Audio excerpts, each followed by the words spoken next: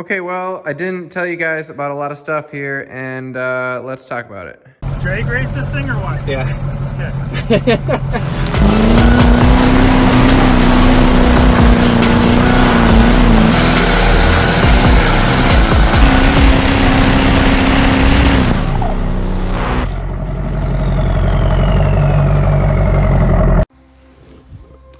All right, so it's sort of been forever since I even recorded a video. It's actually Valentine's Day is tomorrow, which is hilarious because that means we're halfway through February. And that means the last video that I posted was around Christmas time. And I've actually done a whole lot of work. I've recorded a lot of stuff since then, but I haven't posted any videos. So I'm actually going to really soon hopefully edit some stuff and post some stuff because I am excited about making these videos, but anytime that I've either been too tired to work or been working on stuff or been doing stuff with Lisa. So you get what you get. Here's where we are, boys. This has been pretty exciting. I think the last video that I had was maybe even cutting this thing in half, and I had some pretty crappy footage of that. But basically, since the last time we talked, I was talking about all of this stuff up in the front as far as intercooler and radiator, and I haven't even thought about that for a month at least because we've been working back here. So what I did here was cut the truck in half to the point where this is still a long bed wheelbase for an 89 C2500, right? This is 134 inch wheelbase, right? So it's 10 inches shorter than the extended cab was, but it's still pretty long as far as a regular cab race truck type of thing.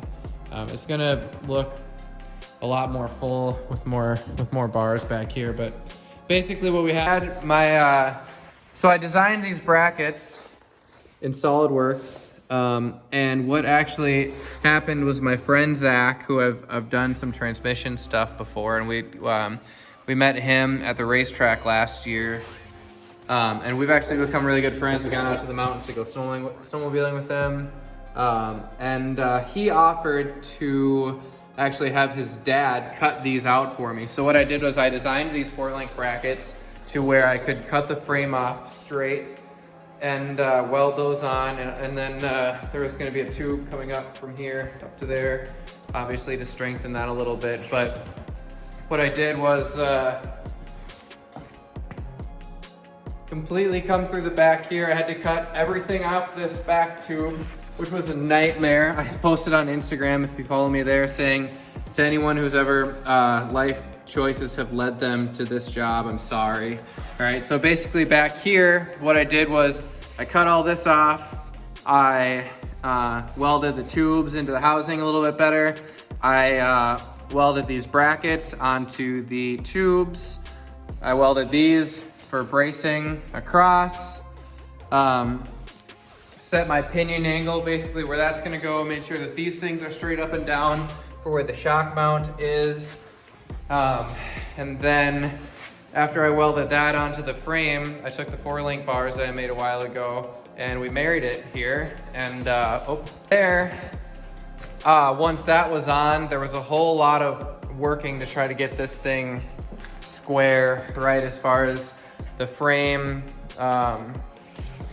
not being twisted back here as we're putting this whole thing together.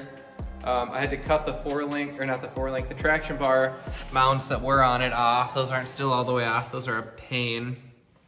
But yeah, so basically last night, this took a long time to get to this point, but last night my friend Bryce came over and we jigged up these 2 bars in the back here. And those, I'm gonna put you back on the stand. These 2 bars are going to be the foundation for everything that gets welded on the back here, as far as the down tubes off the main hoop, and the rest of the frame, kind of where the drawbar sled pulling hitch is gonna go.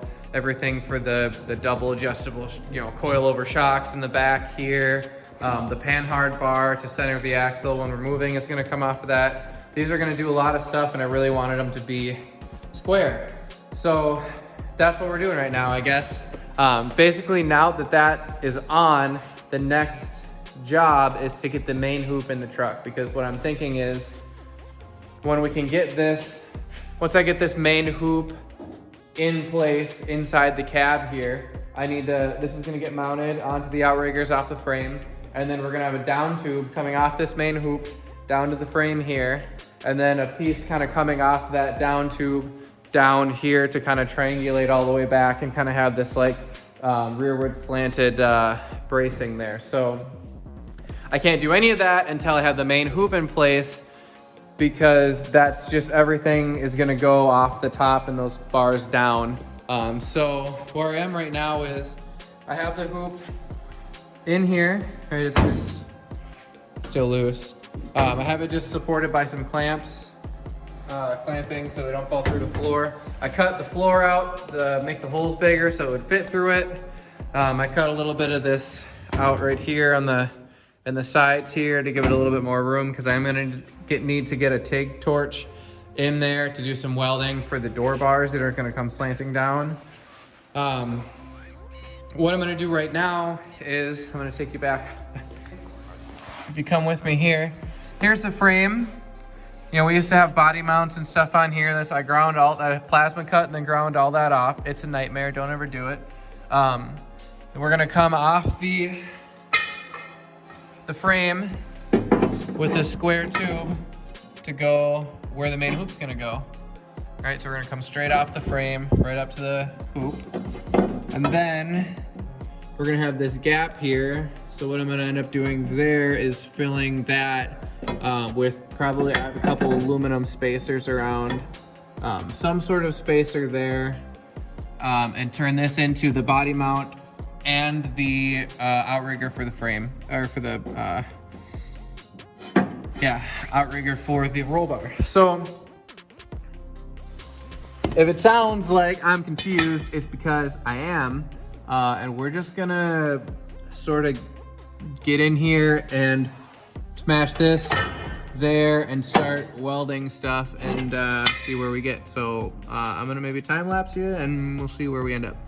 All right, I didn't do a time lapse there because I kind of just went back and forth and back and forth and back and forth, and it's been like an hour, and it really wasn't that exciting. So what I have right now is I have the, I just welded the outriggers onto the frame where the body mounts used to be. All right, so that was a hole in the frame. I didn't do that with the welder. So I got that welded all the way around, and right now the main hoop is sitting right in the middle on top of those on each side, but it's still loose. All right, so what I'm gonna do now is make sure that this is square on top of those and tack it up, and then we'll be able to pick. So after I tack those up and kind of get them sturdy, we will be able to pick the cab up and then get in there with the welder and kind of weld all the way around, because right now it's pretty tight in there, but we'll figure it out.